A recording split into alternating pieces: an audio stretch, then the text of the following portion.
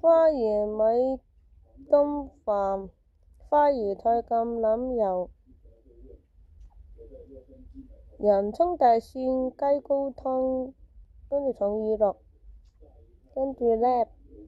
黑馬林起司粉、鹽同埋黑胡椒，新鮮香草好似百里香、意大利香料，加啲配料啦，煎蛋、蘑菇啦。如果呢使用冷凍花椰菜呢，首先呢將佢解凍並且瀝乾多餘嘅水分，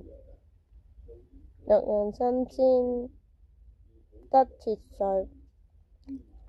用料理機打成米粒狀，在大平鍋入邊或者深鍋入邊加入橄欖油或者落梨油，加入切碎嘅洋葱，用中火炒至透明，加入切碎嘅大蒜，炒香約1分鐘，將花椰菜、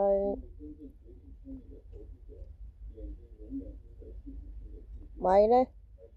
就加入鍋入邊攪拌呢，令到佢吸收嗰啲油脂同埋香味呢，加入雞高湯呢攪拌呢，蓋上鍋蓋呢，